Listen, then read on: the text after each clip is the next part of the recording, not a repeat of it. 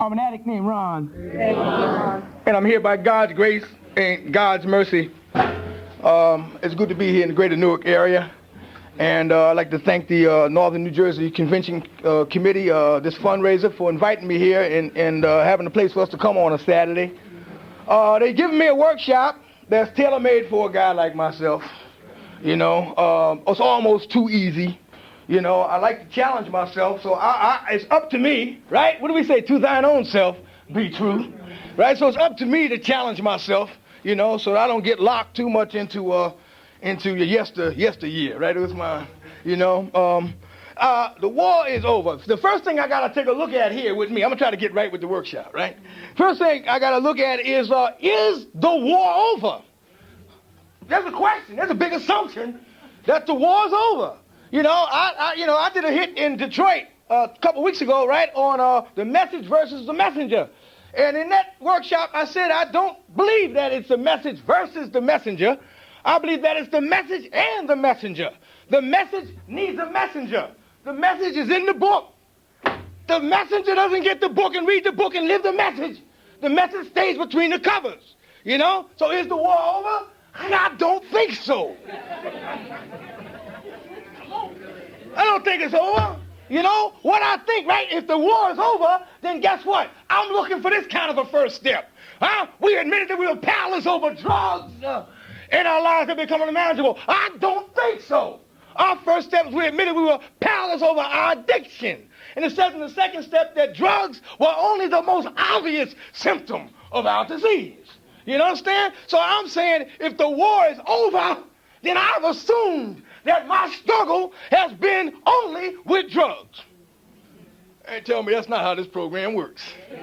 You understand? Is that not how it works? You understand? So the drug, here it is, the drug phase of the war. You know, y'all know about the phases they have in rehabs.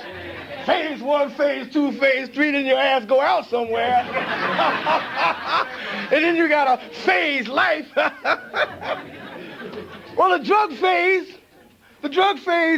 is over. It was a tough war.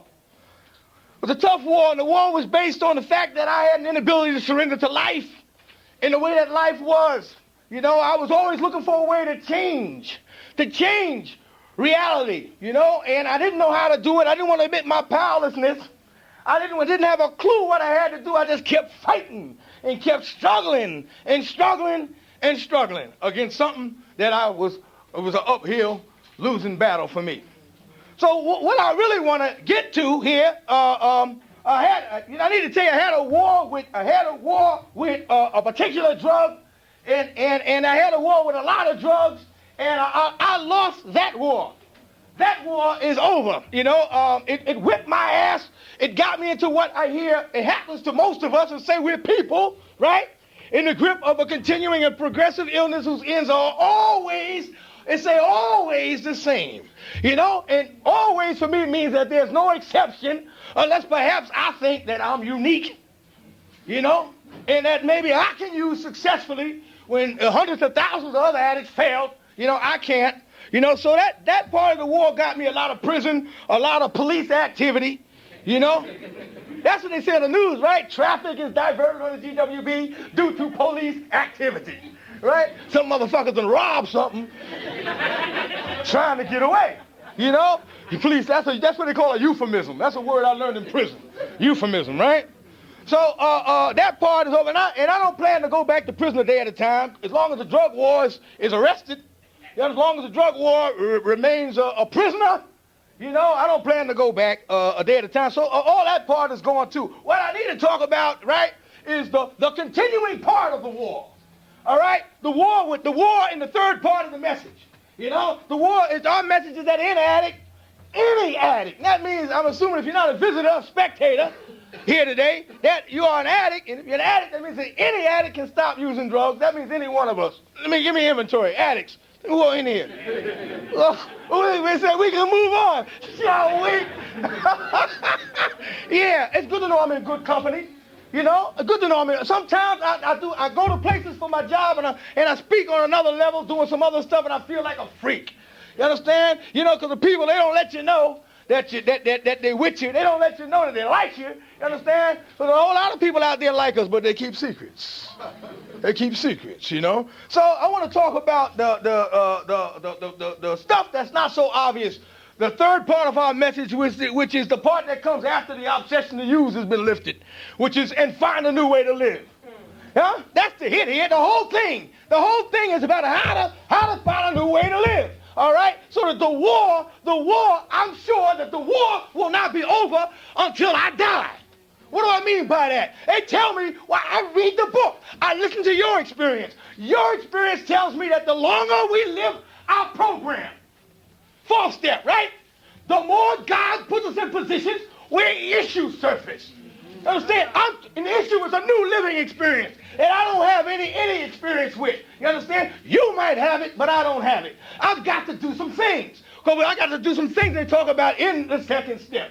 Right? If I'm to successfully win the little battles that come along the way with the war is over. They tell me that there's three principles that are indispensable: are honesty, open-mindedness, and willingness. You know, that means that I've got to come in here and I've got to admit, you know, over and over and over and over again that I don't have the answers. I have to admit over and over again to somebody somewhere that I've made a mistake, that I don't have this thing together. Pull my ass up off of image time. Let somebody know that I'm fucking up. You understand? Because you can believe that the minute I'm having many successes in my life, I'm going to tell you about them right away. You understand? You don't have to pull that out of me like pulling teeth. You understand? What you got to pull out of me is how I'm fucking up. You understand? How I look like something's wrong. Check it out. And if it goes too far, I smell like something's wrong.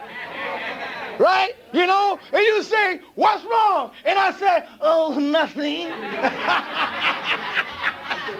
You know how we do, right? You know? So I'm in a phase where it is requiring me to get honest. Get honest, you know? Honesty takes courage. It takes courage, and it talks about it in our book, It Works How and Why. It talks about, through the course of living this program, it takes a new kind of courage. The old courage, right, which was good for a foundation, the old courage needs a new kind of courage. It needs to become pregnant with a new courage. You know? It talks about we need spiritual courage, you know? And the spiritual courage that I heard my woman, Renee, talk about, right, she so eloquently stated that her third step, right? Her third step, nothing else happens without her third step, without her ability to turn her will and her life over to the care of God. Well, guess what? They say it's the same for most of us. So that's what happens for me too. I don't get nothing without a third step. So with my third step, what happens is I get into having faith, right? Having faith, because in the second step, I got into what I so kindly refer to as the Ripley's Believe It or Not syndrome. All right? So Ripley was a good one. He knew. He got volumes. You can get volumes of Ripley's Believe It or Not. Because Ripley knew that seeing was believing. He knew that seeing was believing. Ripley knew that if he told you he could produce a two-headed donkey, right, that he could produce it. You understand? So once I saw the two-headed donkey, right, I believed it. So it's the same thing. It's the same. What do you mean it's the same thing? Why do I say that? What gives me? We saw other people recovering. Saw other people recovering, and they told us what was working for them. We began to see evidence. Evidence. You know, jokers like us need evidence. Yeah. Evidence of some power that could not be fully explained. Here it is, confronted by this evidence. How do I get confronted by this evidence? Those who keep coming to our meetings regularly stay clean. You understand what I'm saying? You know, I bring my ass to a meeting and I get confronted with the evidence. Let me see if everybody here got a year more clean time. Let me see your hand. That's what you call fucking evidence. Come on. So I'm talking about The war is not over, but it's ongoing. It's ongoing for me. The war in how to live. You understand? How to live. Because here's the big hit. Here's the real big hit for me. I don't know what it is for you. All right? Because there's going to come a time. There's going to be a time when Ripley's, believe it or not, it's going to require something else. Going to require something else. Going to require moving through my own spiritual carriage, through my spiritual development, moving from the visible, what I can see, feel, touch, taste, and smell. You understand? Which is you and your successes. All right? And moving into the invisible. All right? The things I can't see, feel, taste, and smell. The things that I believe in. Because now I have my own evidence in my life, you know? So this thing gets deep. This thing gets real deep. So the war for me today on, the 16th of April, 1994, right, is how to try to live, here's the hit, more successfully. All right, I'm in the process of almost everything. I'm an infant with living. So what I find out I need to do in order to successfully get by this battle to move on to the next battle, right, is I need the ability. The ability. I don't care, and it's not so easy for me. It's not so easy for me, but I find out that I can do it. I can do it mainly with your love, with your care. Check it out. And once have steps are the key for this thing here, right? They say that the fifth step is the key to freedom, right? The fifth step is where I got my freedom, all right? That my self-acceptance, all right, was more clearly states that. The key ain't shit unless I pick the key up, all right, and I take it to the lock that say freedom, all right? Talking about some other steps. But when I get my self-acceptance, and it's saying it in self-acceptance pamphlet, right? The more I get with self-acceptance, the more it's easy for me to accept your shit and who you are. You understand? I don't have to be so goddamn judgmental. You know, trying to find fault with you. Oh, you ain't doing this. You ain't doing. What the fuck am I doing? Take my inventory, man. You know, take my inventory. If you ask me something about you, then respond to that. Stop shoving shit down people's throats, you know? So now, my issue, the thing that I do with trying to fight this war, and I've been doing it. I'm so fucking proud of myself. You understand? Because I had a problem. I did the same thing that I'm finding out most addicts do, all right? What happens is get to a certain point in recovery, all right? Certain point in recovery, and then I feel like, well, I no longer have to share this shit in meetings. You understand what I'm saying? I no longer got to tell you this, right? And what happens is I fall back on trying to figure shit out for myself, and I forget that it was my best thinking, right, that got me a seat on the front row. You know, especially with Maceo over here, right? You know. So I've been working on sharing my shit, putting it out there, and I've been doing pretty good with it. I don't have any drama in my life today. I had some drama. The drama got worse through secrets. You understand what I'm saying? And I found out that, oh God, you know, the spiritual pain. I did 15 years in prison. I need to tell you that. Shouted out with cops. I mean, I'm sure some of y'all did it. They shot me all up. I've been through a lot of shit, man. You understand? No pain that I've ever had equals spiritual pain. They gave me 20 to 25 years, and I remember I hit my knees in the jail. So I said, oh, God, let them come down here and tell me it was a mistake. Tell me it was the wrong guy. You know how they do. Tell me it was the wrong. I'm telling you, right? That's what happened. I'm telling you, but I didn't feel that kind of pain like spiritual pain. Spiritual pain will have me turn me into a goddamn zombie. You understand? And guess what? I ain't gonna stand being a zombie for too long. You understand? When I know that there's an alternative to zombieism.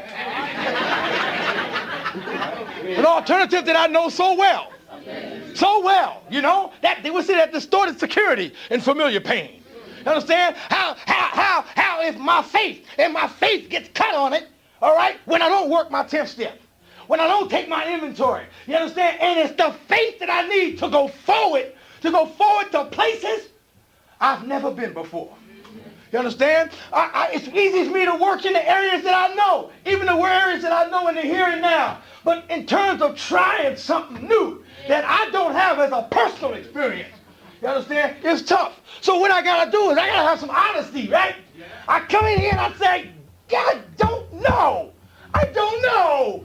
I don't know. Guess what? When I'm saying I don't know, what I'm doing is I'm getting introduced, right? Introduced to what I call the entry level or phase 1 humility. You understand what I'm saying? I mean, I'm just saying it. Entry level of humility. Whatever you want to call it, right? I'm just here sharing, right? You understand? There's something that happens when I tell you, and it's not the honesty about the good shit I'm doing. All right, I say I wear that on my sleeve, It's the honesty about how I'm afraid, how like, I need to use an example in how I walk through my woman's life, right? How I kicked her to the curb, how I lied to her, you understand? Stuff like that. Stuff like that. When I don't mean honesty go to hell.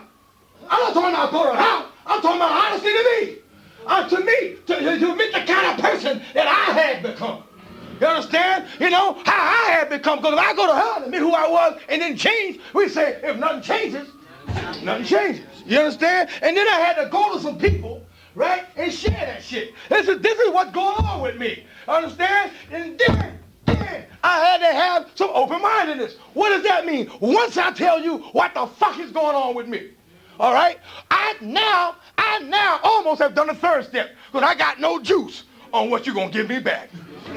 You understand? I'm talking about working some steps here. You understand? You're going to tell me, listen, you are fucking up.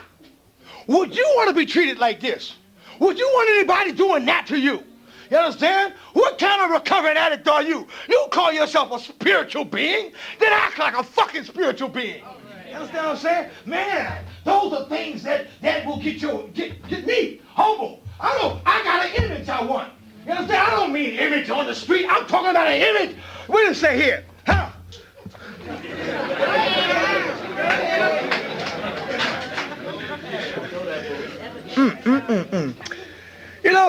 In the 11th step, it talks about God's image here. It says God, check it out, it's talking about the will, right? It says God's will for us consists of the very things we most value. It says God's will for us becomes our own true will for ourselves. And it goes on to talk about the type of image, the type of I want to know the image I want. The image I want, all right, is the image that they talk about in the second half of the 12th step, right? That image. What is that image? The ability, all right? And ability is a key word here. The ability to practice these principles in all my affairs. You understand? What am I talking about here? What am I saying? This is my goal. The goal of the 12 steps. It says ours is a fucking, check it out. We made a searching and fearless moral inventory. It wasn't just an inventory. It's a moral inventory. The word moral means all pertaining to community values. All right? Moral means what is the accepted social practices in my fucking community. You understand? And those practices are the practices that manifest itself in religion. Whatever that religion might be, any religion manifests the social values of the community. You understand? It manifests itself in my job, in my recreation, you understand, in my leisure time, in the way I approach art and stuff like that. I'm saying what is going on is I'm being prepared to do something else. This is what I'm being prepared to do, right? It says, we begin, listen to this, does this sound familiar? We begin to experience an awareness and empathy with other people. Not addicts, man. It ain't so narrow as to just be addicts. With other people, that was not possible before working this step. What I'm talking about, working the steps puts me in a position where I can face the battles that the war has presented me with, because working the steps puts me in a position where I can now survive my emotions, fit back into society without fucking up every person, place, thing, or event I come in contact with. See, my disease is one of self-centeredness.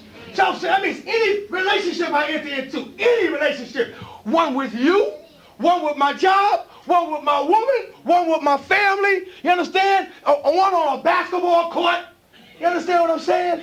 If I enter into it with one thing in mind, what's in it for me, and that's what's paramount, that's what's first and foremost, what's in it for me, I'm entering into it with an unhealthy relationship. You understand? My key is that how do I fit back into society? What do I need to do? It say that our gratitude, right, on the back of the medallion, you wearing one, our gratitude speaks when we care and when we share with others the NA way. Others. You understand what I'm saying? Don't say addicts. It say others, man. You understand? It's about moving. It's about carrying the message to the addict who still suffers, right? And in the spirit of anonymity, being able to take the message out without saying I'm an addict. This is why I'm acting the way I'm acting. All right? We're talking about being accepted for who the fuck I am, not what I am. You understand? It's about that 11th step, right? It say we become willing. Here it is. Listen to this. We become willing to let other people, be who they are without having to pass judgment on them. The urgency to take care of things isn't there anymore. You understand? I can, what do you say? Live and let live. You understand what I'm saying? It ain't over yet. Check it out. Check it out. It say we gain the ability to do what we once could not. We respect the belief of others. So I'm talking about now we're moving back into society. You understand? I need to be able to help me with that one. Thanks. All right. It felt like lockdown down to prison. Yeah. So the war with drugs, which is only the most obvious symptom of my disease, that war, as long as I continue to work the steps, because the steps are what transforms me. The steps change me. It's one thing for me to say it to you. It's another thing for you to work steps your goddamn self, all right? And realize and reap the benefits of step work, you know? It's about changing. We found it easier to change our perception of reality than to change reality. My first thing that I always want to do, and I gotta stop. I'm developing a way of being able to stop and pause and talk to people first, but the first thing I always want to do, you need to know what my first thought is to reach outside of myself, grab something, all right, and use it. You understand? Why? Because I've been doing that all of my life, all right? So the steps help me to move myself out and not be so goddamn important, you know, and realize that, like, I'm not the only thing that's going on here, you know, and in that respect, it gives me some patience, some tolerance. Yeah. So the war is not over for me, you know. I got a parole certificate. You might say that war is over, you know. I ain't on no parole and all that kind of stuff, you know. But what I have to do is, like, once you slam dunk me with that comeback, when I got honest with you, right, and I told you what I was trying to work on and stuff like that, you know. Now, what happens is there has to be a willingness on my part, a willingness, you know. I have to be willing. Now, the willingness for me comes through the part that I talked about the faith. You know, the part that comes after Ripley's, believe it or not. The stuff that I can't see, feel, taste, or touch. But the stuff that you tell me works for you, right? Because it's saying we go from member to member, right? And we ask each member, how was it for you? You know, and guess what? I need to have the faith just to do it.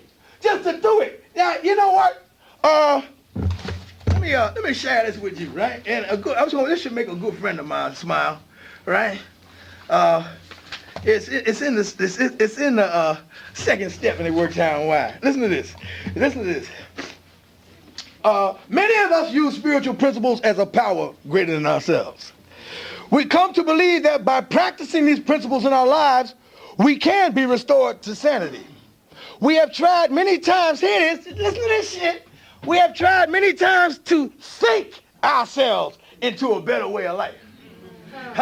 It said we usually had good intentions, right? Good intentions, but our day-to-day existence rarely measured up to those intentions. Trying it the other way, big N, right? Trying it the other way, practicing a better way of life by living according to spiritual principles will eventually, in other words, using the fucking power long before we understand it. That's what it's saying, will eventually have an effect on our thinking. So what they're saying, fuck what I think, right? Fuck what you think, man. Fuck your thinking.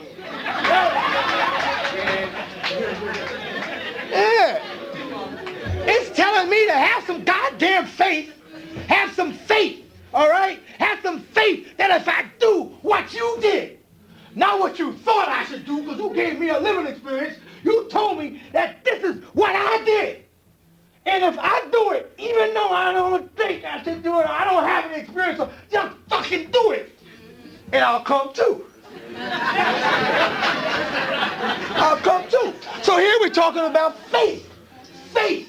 Faith. And I need to share my experience immediately on this shit. I need to say that without no goddamn faith, my fucking program stops. Stops, man.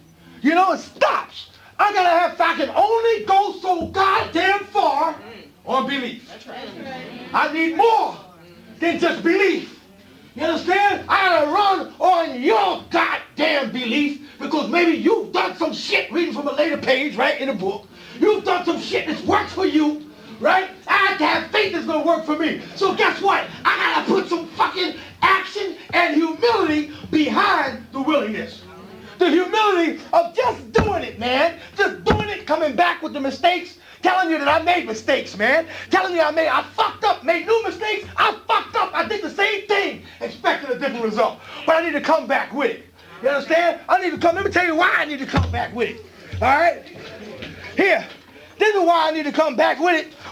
Check it out. Listen to this, please. Right? It's a we, not Ron H. It's a we are humbled by our experience. But let there be no mistake. Humility is the ideal state for an addict to be in. Humility brings us back down to earth and plants our feet firmly on the spiritual path we are working. What did it say in the 7th step? That humility is as necessary to living as food and water are. You understand? And then it go on, right? And I'm ready to shut it down.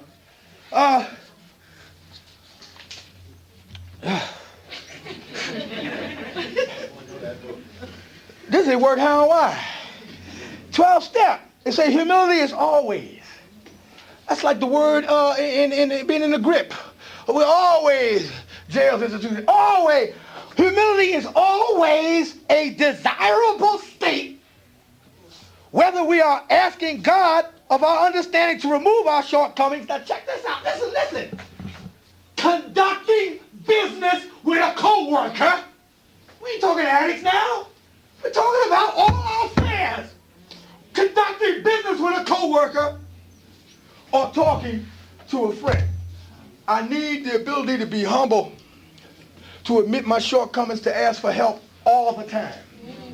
All the time. You know? And my friends, those who are my friends, not the spectators of Ron H., but the ones who are in my life have a fucking responsibility and obligation to not shoot shit at me, but if I'm fucking up, come and tell me.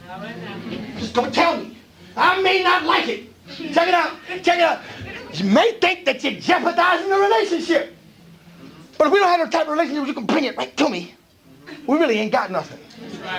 You understand? You understand what I mean? Because what did it say? God often works through those 7 steps who care enough about recovery. Go ahead, girl. Go ahead to show us our shortcomings. We're talking about now really get to the spirit of anonymity. Really get to the spirit of fuck who I am. I care enough about the recovery process. I care enough about the spiritual reality of recovery. All right? To share what I have with you on a given thing. Now I could have gave you a hit on all the gunfights and all that kind of shit and that particular war and the drugs. Understand? It would have been a long story. All right? That's not why I'm here. All right? It's not why I'm here, you know. I'm here to learn to live. I'm at a certain point in recovery. I need to share this with you. All right? For those who don't have this experience, you just get tired of talking about how it was. You understand? How it was gets tired than a motherfucker. You understand? And then if you share enough, God will put you in a position where if you don't get honest, if you don't, because not getting honest, it means that the war is still going on. You understand? God will put me in a position, I've had the experience, right? Where I got to the podium, got ready to open my mouth, get ready to do it my way. You understand? And goddamn started going, well, you know, try to fall back on shit. You know, God said, you will share what I want you to share, or you'll shut the fuck up. You understand? I've had that experience. You know, it's either, what did it say? Get humble or get humiliated. You know? So I'm saying that the old shit gets tired, and I have to admit my living mistakes, you know, in order for me to be successful in waging this war, ongoing war, all right, against the disease of addiction, all right? Love you very much. I'm an addict named Ron, a member of the Hit Squad. Have a good day. I'm learning how to grow up in Narcotics Anonymous. I came up with all the good morals and principles. But what happened, you understand? I seen Ron on the corner, it seemed like he was having a good time. And I followed him to jail. You know what I mean? Ron came back out, you understand? He was doing good again, and I went back to Ron again. And I followed Ron again. And Ron and I ended up in here together. And that was the best trip we ever made. Now, I didn't know Ron until I came in here. Now, don't look and say that me and Ron was hanging out together. You know what I mean? But I'm just using that, you understand, as an example. It is here where I learned how to grow up. And it's here you understand where I'm going to stay. See, today, far as I'm concerned, for me, I ain't speaking for Ron. The war is over. See, if I give it to God, I ain't got nothing to worry about. See, what makes life so beautiful, you understand, the reality is so nice, is not knowing what's going to happen and being able to deal with it when they do jump off. See, if I knew what's going to happen when I walk out that door, I might not want to go. See, that's the beauty of life, being able to deal with it when they do jump off. And thanks a lot.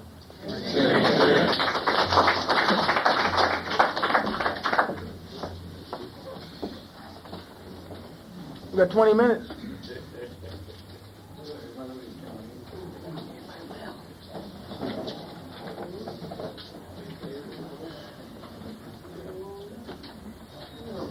I'll share.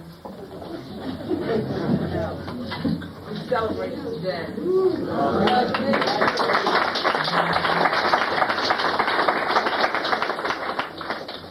It's a year ago today. My name is Audrey, and I'm an addict. I don't really have much to say. I usually don't have much to say, but I am here to say that the war has just begun for me. I listen to a lot of people that's been in the rooms for a long time, and I hear that it gets harder, and it truly does get harder. But I'm glad to have people to tell me that it gets harder, you know, to prepare me for the upcoming battle. I just want to say that I'm ready for it, and I'm willing. I'm not open-minded. That's all I have. All right.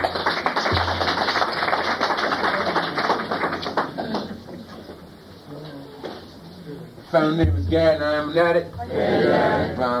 Thanks for sharing, man.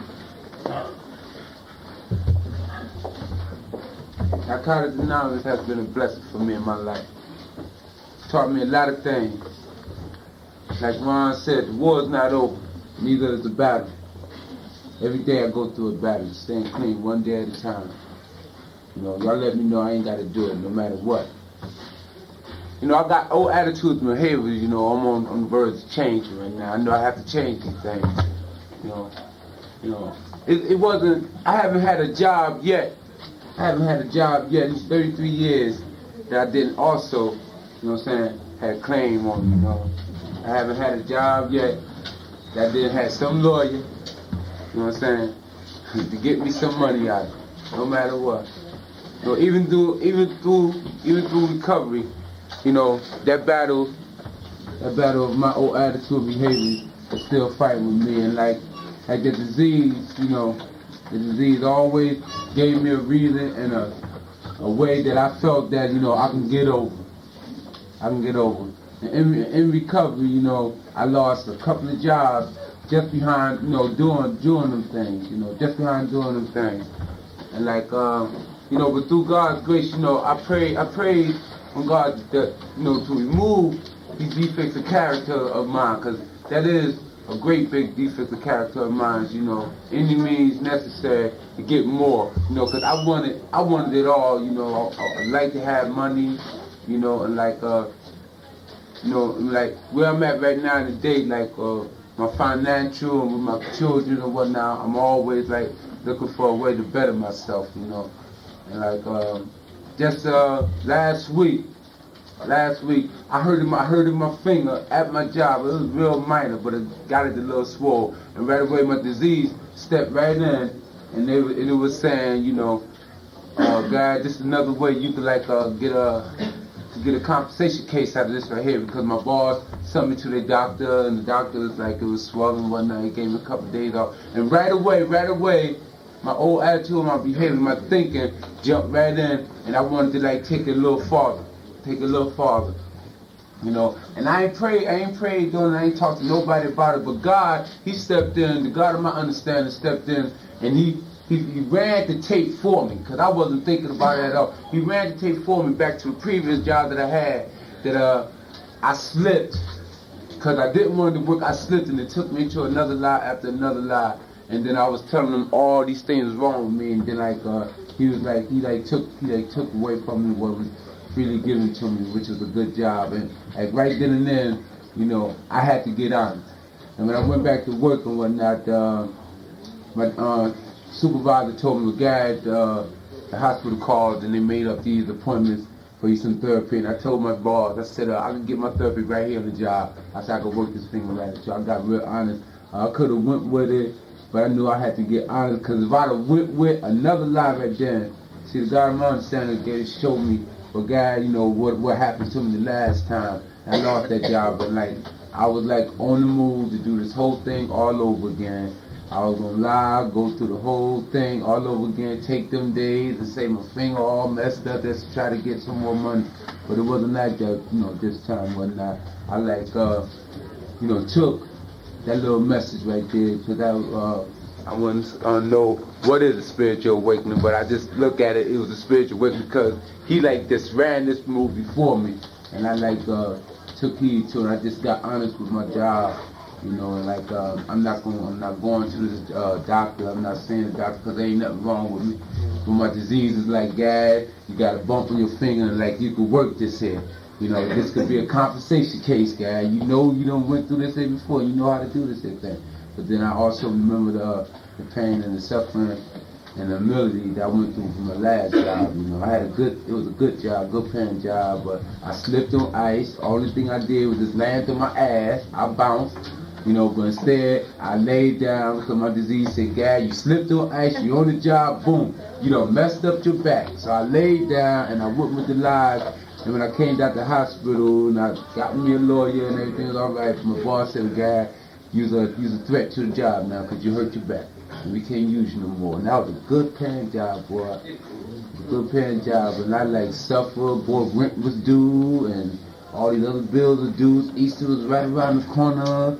And I got 4 kids and I'm a single parent. And, you know, through all that right there, God was still blessing me. He blessed me with a job, like right on time. I was able to take care of my rent. I was able to get my kids in their Easter clothes. And then that bump on the finger happened, that disease jumped right on there. And he was like, yes, you can get this and you can do this, man. And it's like just through grace, man, just, you know, just practicing and doing what I have to do and not what I want to do today. You know, I still got this job. I think I learned a little bit, you know, doing what I have to do and not what I want to do. I'm Gary, thank you a lot, Mr.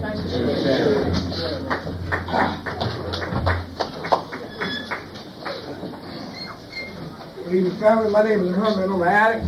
I'd like to thank God and my understanding for another day clean and serene. Thank you for sharing. I saw you the other week in New York. And this brother too. You know, I came to Narcotics Anonymous as a result of suffering. And I came to this program because I was whipped. And once you've been whipped, you become willing. And I was really willing. And all the reason why I came here for the relief of the pain. That's all I came here. I didn't come here because of my wife, my kids, my job. I lost it all. Lost everything except myself. And when they said to me, I heard a girl share it earlier, I thought I had a moral deficiency because my motto was always only the strong survive. And I just couldn't believe a little bag could control me and I couldn't break it. I truly thought I had a moral deficiency, but in the detox, they told me that I was not hopelessly bad, but I was critically sick, that I had a disease. It was fatal, progressive, and incurable, but it could be arrested a day at a time. They told me solutions to all my problems in the steps and the traditions. They told me that no one had ever lived it. Program of Narcotics Anonymous had ever relapsed. I was confused, I was hurting, but I came willing to do whatever the suggestion. I surrendered unconditionally, became willing to be obedient to the suggestion and the program of Narcotics Anonymous. And when the obsession and compulsion was lifted, because this is what I had prayed for, I came here off of methadone. For 7 months I didn't sleep, but I didn't use. In 3 days, the obsession and compulsion were lifted, and I can't believe. I can't believe. And my faith, I saw the evidence that someone said, which is identical to what I said. I saw people that had lived as I had lived and had survived like I had survived. You had found a new way to live. And most of all, you learned how to live clean. I wanted that. I believe I increased my hope that I could also do the same thing. My attitude was, if you can do it, I can do it. What I have to do. Say, meetings make us meet. Many meetings, many chances. Few meetings, few chances. No meetings, no chances. And as I began to work the steps with my sponsor, I got some faith and some courage. I still go back a little bit. The void, this emptiness that's me always, this instant gratification I always wanted. Well, what I had to do was deny myself. I had to deny myself. I took off on the materialistic being because I made some money, and one of anything is never enough for me. And I became aware of that.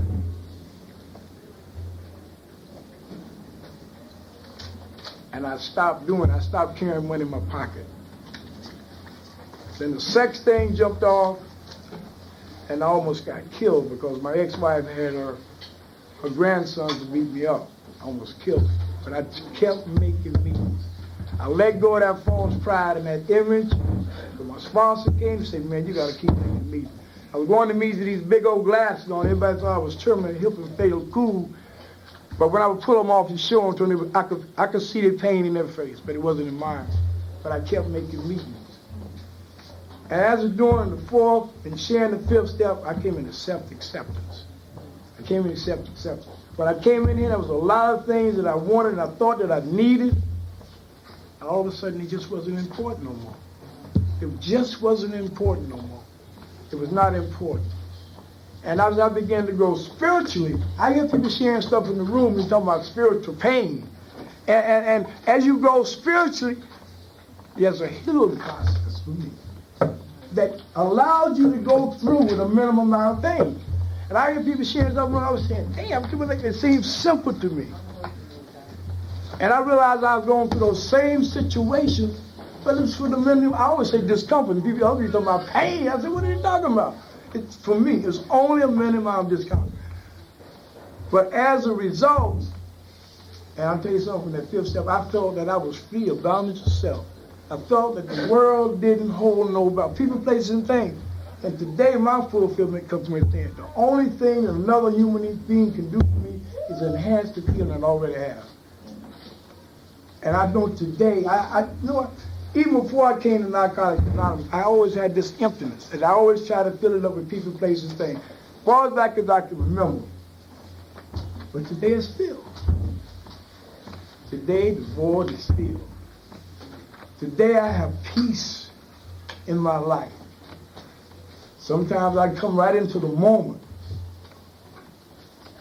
And today, for me, it's no battle. Because I totally surrendered. I wanted to change. My life, the way that I lived before, I look back at the third step to my let it go. I just reflected back all my decisions, my best decisions, and ended up being in Narcotics Anonymous. And what you shared, you know, I like recovery. The war stories, my own story is enough to keep me in, but I need to be reminded why. But I like recovery meetings, and that's where I'm at. And I'm not going to say what happened in my place, but everybody share a lot about the use. I know how to use. I want to know how to recover. You know what I'm trying to say? And I love that when you share the problems and then relate to the steps in which you use it. Then I'm learning something. I'm growing. I don't know how to deal with that situation when I get to that stage of recovery, or when I go through that situation. And I think because of hearing you share over there the other week, and hearing this brother share, and I wasn't even supposed to be here, but they left me. So this is what God intended me to be. You know, because He's in charge. Today, when you talk about humility, humility is not something that I need, it's something I want. Because acceptance and humility, to live this program, you need it. If you're going to have a nice recovery, you need that. And you can, I know I couldn't practice no humility until I had to get out of the way. I had to find out who I am first. I had to find out who I am before I could find out what I really want in life. Because I never knew who I was. I acted as whatever fit the case, that's what I want. You know? And I can say one thing to this program in Narcotic Anonymous, it's the best thing ever happened to me. And I've had a lot of materialistic things in my life, a lot of it. And I'm HIV. And these 23 months that I've been in recovery have been the most beautiful 23 months in my life. See, I don't live with the virus lives with me. So that's a difference. That's another part of acceptance. If I hadn't had acceptance of me, I couldn't accept that. As long as I had somebody to blame for not inability to take personal responsibility for my actions, I always used. But when I didn't have nobody else to blame, Narcotic Anonymous took all my excuses away from me. And by being restored to sanity, and this I gotta share this with you. Because as long all my life I chased that first high. Every time I thought about using, it was always that first high. I never remember those nightmares and the horrors and the shit that I went through. That's all I remember. I can think, my God, of my understanding today. I remember the first time I used, and I don't know what the high felt like anymore. When my mind reflected on getting high, it was about using and pain, because I wasn't getting high no more. I was just using, but I was using against my own will. I wouldn't want to suffer the pain of withdrawal from no fucking heroin. And I continued to move on and continue to use until I got sick and tired of getting sick and tired. And out of desperation, I called out, God, take my life. And the process began. That's how you look at Narcotic Anonymous. Crack sent me to the detox, but God brought me to the room. And I thank God for reaching out, because they came up with a spiritual message. He told me any addict, to stop using and lose the desire and find a new way to live. And that's been my experience since I've been in Narcotic Anonymous. Thanks for allowing me to share.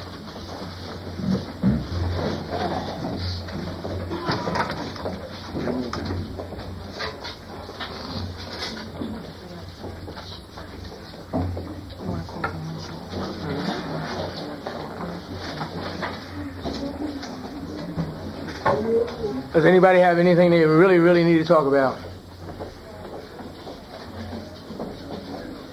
This is your opportunity.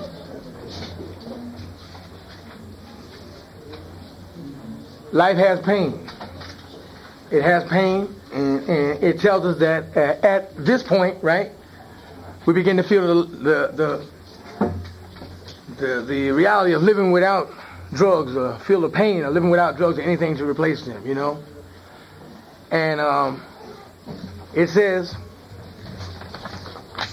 the program of Narcotics Anonymous provides an opportunity for us to ease the pain of living through spiritual principles. There's a solution for pain.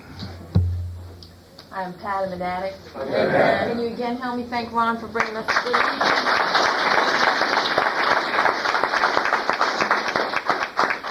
And somebody could read just for today? My name is Audrey, and I'm an addict. Hi, just for today, living the program. Tell yourself, just for today, my thoughts will be on my recovery. living and enjoying life without the use of drugs. Just for today, I will have faith in someone in NNA who believes in me and wants to help me in my recovery. Just for today, I will have a program. I will try to follow it to the best of my ability. Just for today, through NA, I will try to get a better perspective on my life. Just for today, I will be unafraid. My thoughts will be on my new associations, people who are not using and who have found a new way of life. So long as I follow that way, I have nothing to fear, just for today.